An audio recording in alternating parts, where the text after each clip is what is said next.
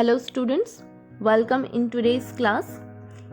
In today's class, we will read and discuss the poem Beauty written by E. Yesher.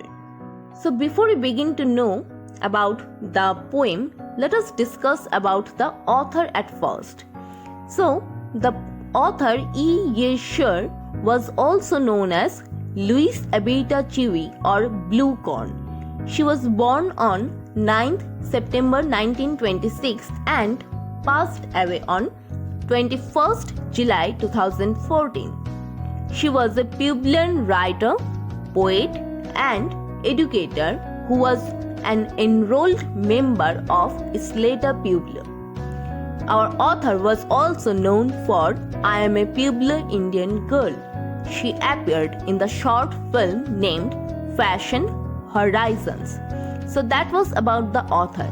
Now, like I said in the beginning that Louise Abeta Chewy or E. Yesher was a Puebloan writer. So what does Puebloan mean? The Puebloans or Pueblo peoples are Native Americans in the southwestern United States who share common agriculture, religious practices, everything.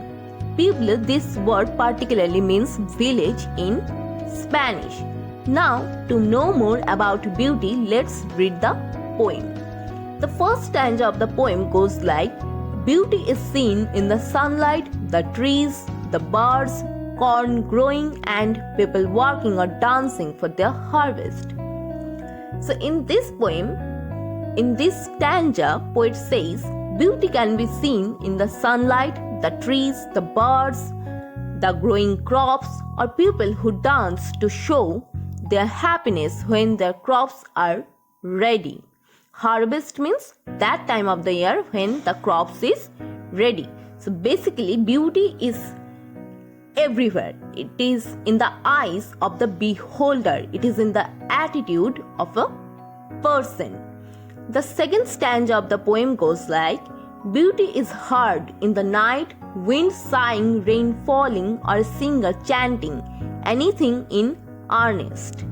So in this stanza, poet says, beauty is not only a thing that we can feel, it can be heard by anyone. That means anyone can listen to beauty. Like one can hear beauty or the sound of beauty when night falls, or when the wind blows and creates a sound, or when rain falls on the earth, or when a singer sings. Here chanting refers to the singing.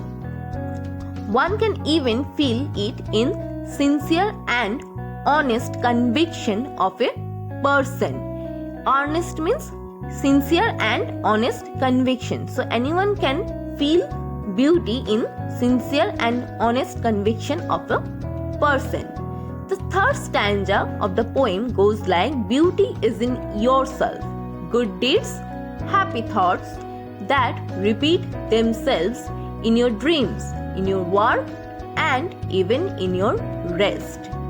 So in the last stanza, poet says that beauty is not always visible or physical or external. It is also within ourselves. It can be abstract. One's views or good deeds or wishes which one even imagine in dreams also refers beauty.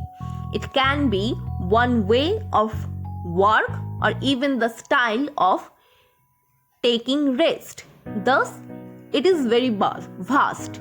It cannot be confined to one particular thing. Rather, beauty is in everything, everywhere. One just needs eyes and a heart and an ear to see beauty. So basically, the poet is trying to say in this poem that beauty is in everything. Every little things that we do or the environment around us, everything has beauty in it. Everything has its own importance in their individual respected fields. All things are beautiful in their unique own way, from sunlight to growing crops to people who are working and dancing for getting good harvest. Everything have its own beauty, and it not only can be seen but it also can be heard or felt. For instance, when night falls, wind blows slowly, or the sound of rainfall, or when a singer sings, they all give pleasure to our mind and make us feel happy. And it is not just in the outside or in the outer appearance, it is within ourselves, it is in the self of us. Our good deeds, happy thoughts, these things please everyone around us, which is beautiful. Our dreams are also beautiful as they give us the motivation to work hard. It is in the style we work, in the style we talk, in the way we take rest and sleep. It is in the attitude, the way we look at things. Everything has beauty in its own way, in its own unique manner. One just need the eye to feel it, to see it. So